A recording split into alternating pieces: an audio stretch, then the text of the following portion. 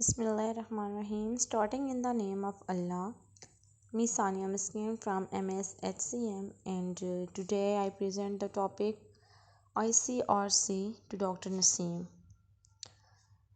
Firstly, we discussed the contents of my topic which we discussed in my presentation. The first one is ICRC missions and its definition. The second is the ICRC identity. Third one is scope and the work and criteria for undertaking action. Fourth is strategies for fulfilling the mission from comprehensive analysis to the specific activities, coordination of the humanitarian activity, then modes of action, and finally guidelines for the action. First, we discuss the ICRC definition and its missions in the following term. Actually, International Committee of the Red Cross is ICRC. It is an imperial, neutral, and independent organization whose exclusively humanitarian mission is to protect the lives and the dignity of the victims of armed conflict and other situations of violence and provide them with the assistance established in 1863. The ICRC is at the origin of the Geneva Convention and the International Red Cross and Red Crescent movement.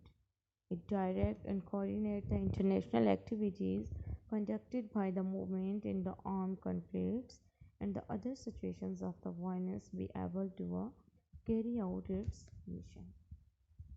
Then we discuss the identity of the ICRC.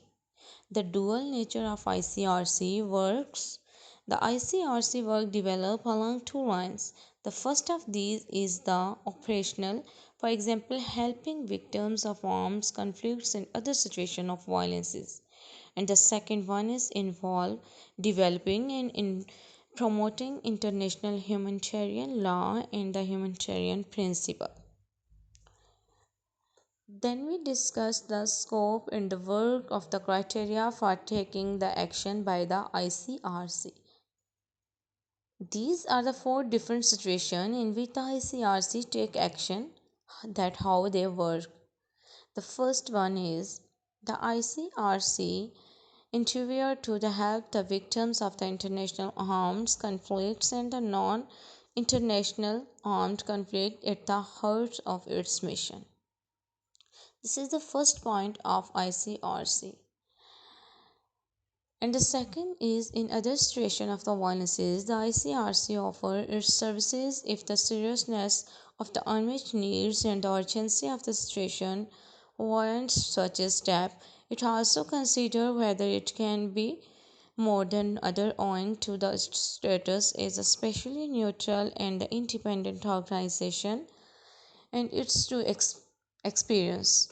In this situation, its offer to the services is based not on international humanitarian law but on the status of the movement. And the third point is if a neutral or the technological disaster, if a natural or the technological disaster or a pandemic occur in an area where the ICRC has an operational presence, meaning it can deploy quickly and make a significant contribution. The organization steps is with unique capabilities. To the extent it is able and in cooperation with the movement, it generally take action during the emergency phase only. The fourth and final is in other situation it make its own unique contribution to effort of all humanitarian agencies, especially within its elders of the expertise such as tracing work and the disseminating international humanitarian law and the fundamental principles. These are all fields in which it has an explicit mandate. Then we discuss the strategies for the fulfilling the mission. There are the four approaches that set out in the mission statement that allow the ICRC to fulfill its purpose. These four are mentioned here. First is the protection approach. then prevention approach, then assistant approach, and the finally is the cooperation approach. Then we discuss the coordination of the humanitarian activity. What is its coordination? Both from headquarters and in the held that the ICRC coordinates its activities with other humanitarian organizations in order to improve the lives directly or indirectly of the victims of the arms conflict and other situations of the violences. Coordination is only possible as far as the strictly humanitarian approach of the ICRC is an imperial, natural, and independent organization. Allow authority cannot be ceded to any other entity with group or entity. Then the modes of action. The ICRC modes of actions are raising awareness, responsibilities, sports, and the substitutions direct provisions of the services. Provide criteria services. The ICRC does not limit itself to any one of them. On the contrary, it combines them, striking a balance between them, either simultaneously or the consecutively. Guidelines for action. The ICRC humanitarian work is imperial, natural, and independent.